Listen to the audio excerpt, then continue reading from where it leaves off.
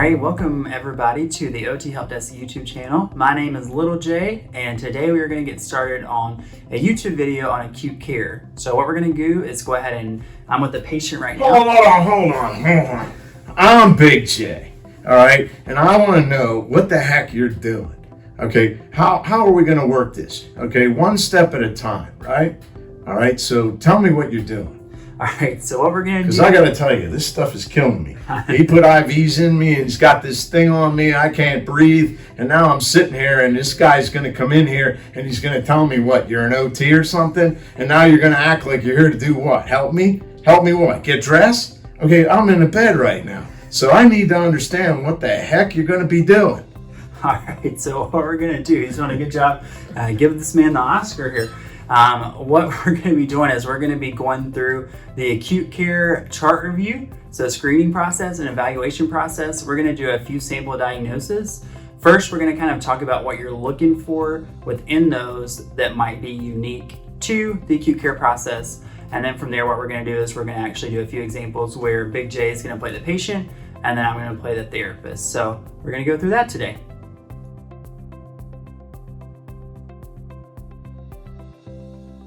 So you think about this and you think about acute care. Now, I'm not good at acute care. It's been a long time since I worked with a patient at a bedside. Now, Little J has, okay? But when you step back, let's talk about what OTs do in acute care.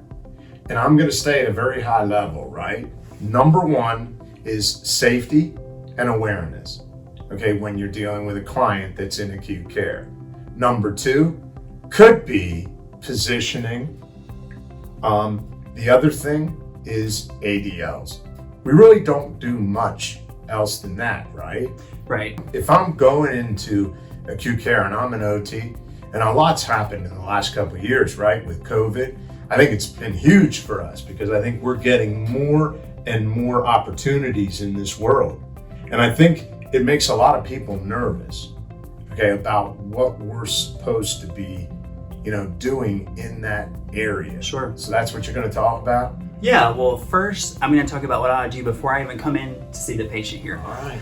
And that's no different than you would do in any setting. I'm always going to start with the chart review. And that's part of the screening. We know we're always going to start with our screen. And then in my screen, I'm looking at my chart review first and foremost. So in my chart review for acute care, of course, really the first thing I'm going to be looking at is the diagnosis. And then any type of precautions that are associated with their diagnosis. And we're going to go through that in a few examples here in a bit. Of course, in acute care, I'm always going to be looking at their vital signs too. That's something that's really important because I want to make sure that they're in a medically stable position to be able to participate safely within this evaluation or intervention that I'm doing in acute care. So I'm going to be looking at what their blood pressure is, looking at what their heart rate is, looking at what their pulse ox is. And then a lot of people are actually advocating for pain to be considered another vital sign as well, along with their temperature. So this is really safety. Yeah, it's related to safety. It's really safety and awareness, Yep. Right? Just like John said, this definitely relates back to safety because I always have to keep that first and foremost, especially in acute care when you're looking at someone who probably is going to be a little bit more medically fragile because otherwise they wouldn't be in the hospital setting. So when have you not worked with an acute care patient, when you've gone through their chart and then you've come into a room? When have you not worked with them? Sure. So if their vital signs are out of range, so maybe their pulse ox is too low, maybe their blood pressure is either too high or maybe it's too low. Maybe they have a temperature, or I shouldn't say a temperature, maybe I should say that they have a fever and that might indicate that they're fighting some type of infection.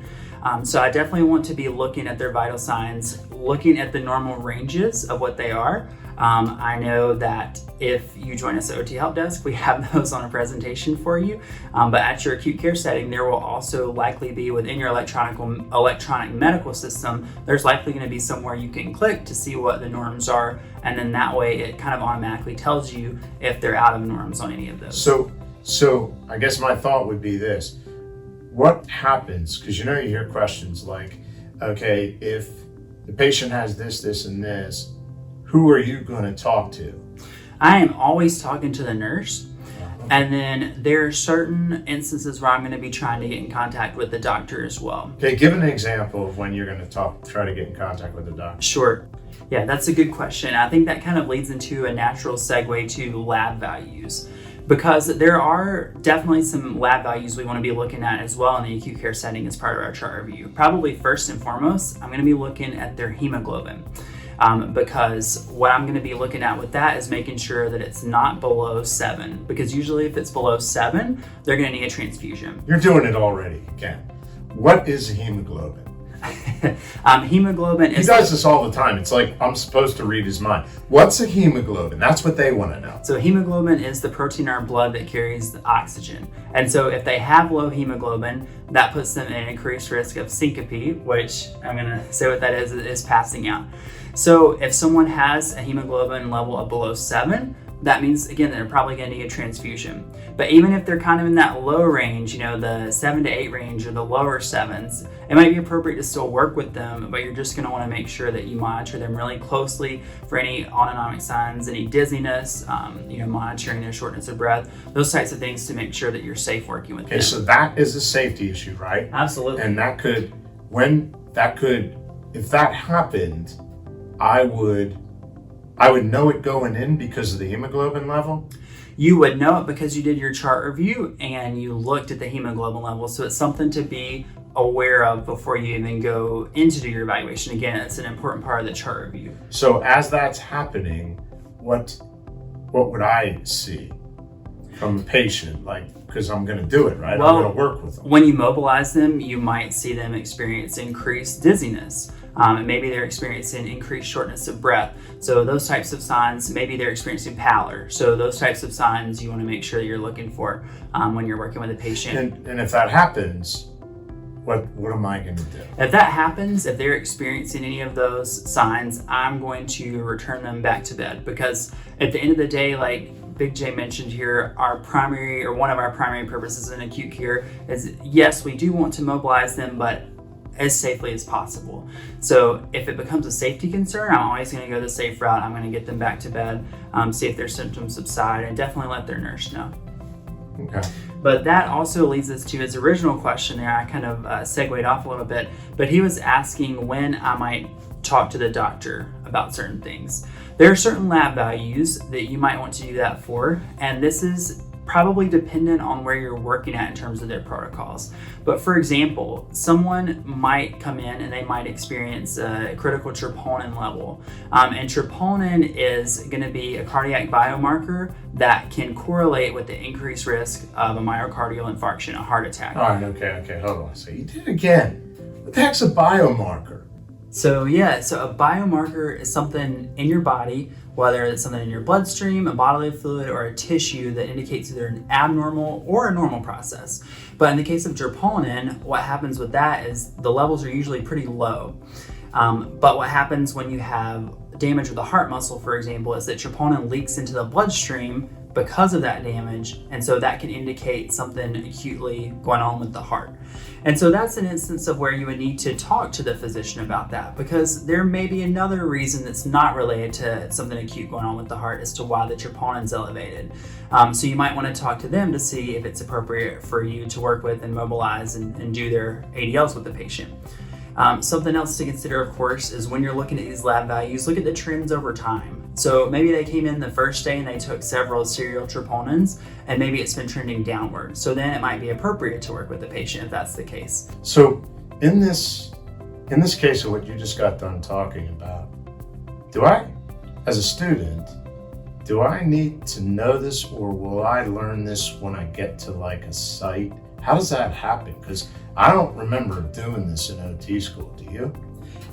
No, I think where you will probably learn a lot of this is actually on the site. I think it's great to have an awareness of that. There are definitely things that we need to be aware of in terms of the process here, but I think the majority of it you will learn doing it hands-on. And with your fieldwork educator if you're doing that during your fieldwork experience. But it's definitely a good idea to have an understanding of some of the most common lab values and then an understanding of when or when not you would work with the patient and when you might consult with the doctor. Okay, so let's talk about what are the common lab values. Right. out of the So gate. definitely the hemoglobin, like I talked about. Again, if it's below 7, that means that someone probably needs a transfusion. Again, I'm always looking at troponin too, because I want to make sure that, if they have elevated troponin, is it trending downward, or is it something that I need to speak with the physician about if it's not something that's trending downward? And then also where I work as well, potassium is something that we're going to be looking at and maybe speaking with the doctor about if those levels are out of sync. For example, the protocol where I'm at is that if it's out of the normal range that's defined by our protocol, we always contact the physician to make sure they're okay with mobilization and working with the patient.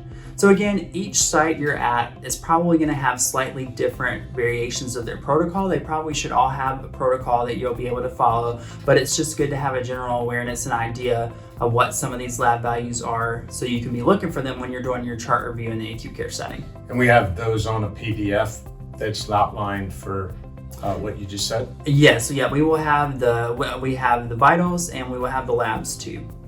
Okay. So in this next series, what we're going to do is we're going to kind of step back and we're going to look at some clients. Yes, yeah. In this next series, what we're going to do is we're going to look at 3 different diagnoses. We're going to look at a posterior hip replacement, a CABG, which is a coronary artery bypass graft, and then we're also going to be looking at spinal surgery and talking about the different precautions, how to mobilize, and then also one more thing that I didn't mention, but in my chart review, I am also going to be looking to see what types of lines and tubes a patient has, like Big J's got going over here. Maybe they have an IV, and I'm going to be looking, is it going to be a peripheral IV? Is it going to be a PICC line, which is a peripherally inserted central catheter? I'm going to be looking at any oxygen they have here. John's got a nasal cannula that he's getting supplemental oxygen through. I'm also going to be looking at Stuff. I'm also going to be looking at some other things, like, for example, do they have a catheter? That's definitely something that I'm going to want to make sure that I'm looking at, which we will talk about here in a little bit as well. There are going to be some other lines and tubes, of course, that depending on the complexity of the patient that you might be looking for example, like the arterial line or maybe something like a chest tube. There's going to be a number of different things. We're not going to go into that specific detail here. We're just going to talk about some of the most common ones, again, being the IV line and managing that and the IV pole, and also managing the catheter. So we're going to come back and do that.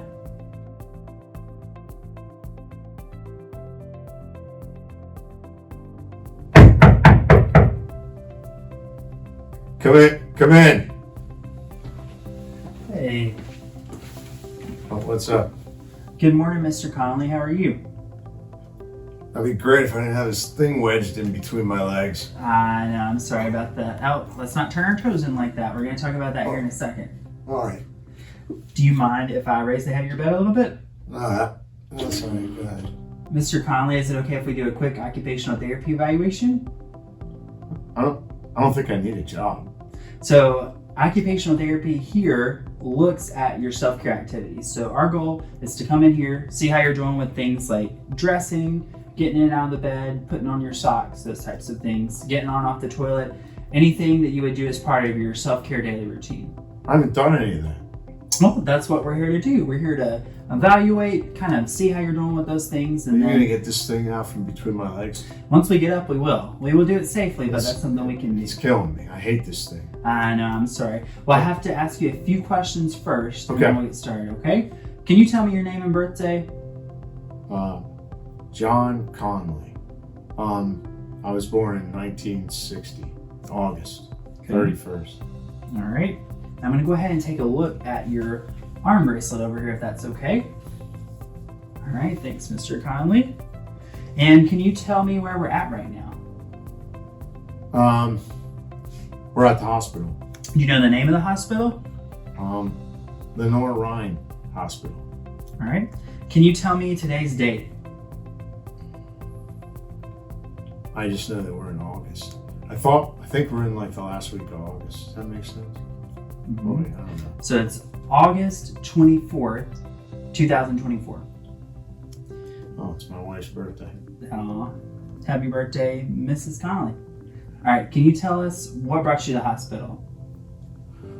I had I have been having a lot of problems with my hip, my left hip, for about 10 years, and on and off. And I did a lot of heavy work and had a lot of big time issues and had a lot of pain. And then finally the doctor decided that he was going to be able to do a total. Is it total hip? Mm-hmm. Okay. Are you having any pain right now? Yeah, it's really sore. Can you tell me exactly where it's at? Most of it right now, it's funny, it's like right in here. It just feels like it's inside, you know? And I do feel I guess it's the incision side, I feel that.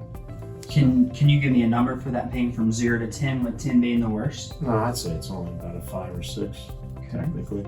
You said it just feels sore? It's really sore. It's sore. It feels like somebody just, did something major to me. Okay. All right. Well, I'm going to ask you a few questions about your home setup. Do you live at home by yourself, or does someone live there with you? I live with my wife. Do you have a 1-story home or 2-story home? 1 story. Any steps to get in? No. Is it level? That's not true. Or do you... There are 2 steps in the garage. 2 steps into the But I garage? could go in the front door. How about in the front door? How many steps do you have? None. Is level, or do you have a little threshold? There's a threshold. Threshold. Do you have railing either through your garage or No. through your front door? We don't have any of that. In your home, do you have a regular toilet, or is it a handicap height toilet? Why don't we need a handicap toilet? You probably don't. Just something good It's to got a know. regular toilet. Just a regular toilet? Yeah. All right. Do you have any grab bars beside your toilet? No. Do you have a walk-in shower or tub shower? We got both. You got both? Which one do you use the most? Probably the tub. Do you have anything like a shower chair or a transfer bench? No. Do you have grab bars in your showers? No. Were you using anything like a cane or a walker to help you get around before this? Towards the end, I was using a walker. Did it have the 2 wheels in the front, or did it have the 4 wheels in the seat? No, 2 wheels in the front. Okay, so it sounds like you had a rolling walker, huh? Yeah. How long would you say you've been using that for? Just probably for about the last 8 weeks. Just got worse and worse. Any pets in the home? No. And were you independent with everything before this? Meaning you could get up, do your morning routine, your bathing, dressing, all I that could, stuff? but not without pain. Okay, you could do it by yourself but not without pain. Yep. Do you still work? Yes. Full time? Up until this site was, yeah. Okay. Do you drive? Yes. So totally independent, it sounds like. Pretty much. Yeah, I don't have anybody help me. Okay. It's just painful. Sure. So with your surgery that you had, there's going to be some things that you don't want to do at your hip. There's going to be 3 different movements we want to avoid. Can you tell me what movements those are? The doctor told me that I'm not going to be able to flex my hip beyond a certain degree. Mm-hmm. Right, so you don't want to bend past about 90 degrees at your hips there. So that means that your knee should stay below your hip. Okay. Do you remember either of the other 2? I just remember you coming in and telling me not to do this. Yeah, don't do that. Don't do that. Oh, all right. So you don't want What is to. that? You don't want to do. It's called internal rotation. You don't want to turn your toe in. Oh, yeah, it hurts when I do that. Mm-hmm. And the reason you have the wedge there is because you don't want to do what's known as adduction, which basically means bringing your hips together. So you don't want to bring your hips together across your legs. How long doing until I anything can like bring that. my hips together? Because this sucks. So it's usually about 6 to 8 weeks, but I want to preface that by saying it's up to your surgeon. So talk to the person who did the surgery, Okay. and he should give you a specific timeline, but it's usually at least about 6 to 8 weeks. I can't sleep this way. That's my problem. I can't go to sleep. I can't lay on my back. I never lay on my back. So we can talk after we do the evaluation about some different ways that you can sleep, okay? Yeah, okay. Sound like a good deal? Yeah. All right.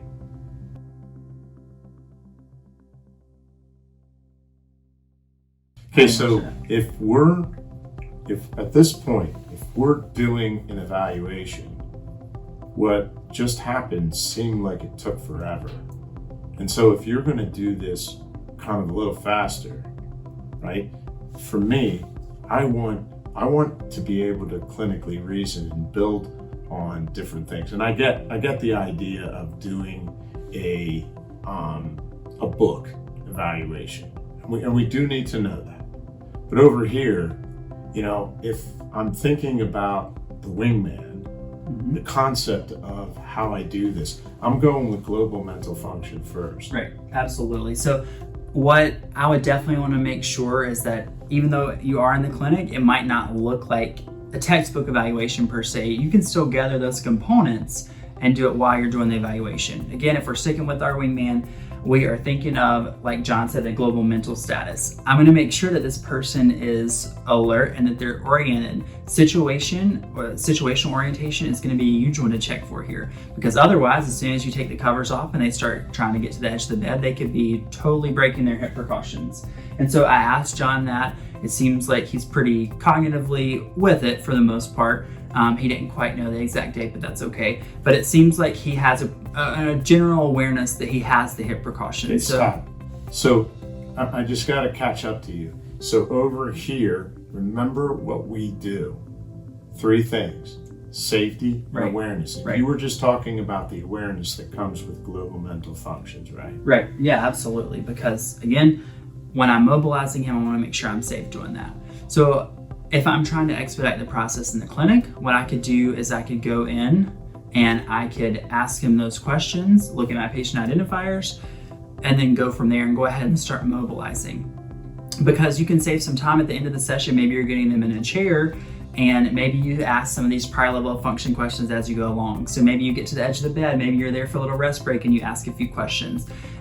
The textbook way of doing it is the way that we kind of just showed, where you go in, you do the interview before, but as long as you're building from a clinical reasoning process, you can kind of combine certain parts of things. Again, I could have gone in, I could have asked him, his person, place, time, and situation, kind of got an idea of that from a safety perspective, his awareness of the global mental functions, and then proceeded from there. So the other reality is this, is that there will be people like me, who had a hip, who's able to answer all your questions and kind of go in that direction. But remember, in clinical reasoning, when you're doing this, the idea is that not everybody's going to answer everything. And so when they don't answer something, right, we start with global mental functions. We then go to the idea of memory. Right. We then go to the idea of attention. Right. Is this person attended? And then we go to the next area, which is going to be executive level functions. Right. Which is that insight, the judgment, and the planning pieces, right, which we're going to get to, I know.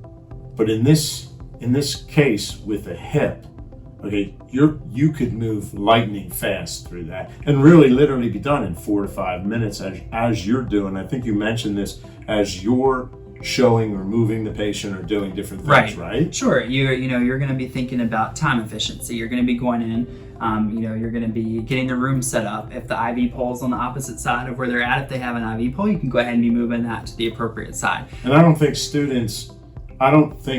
a student knows all this.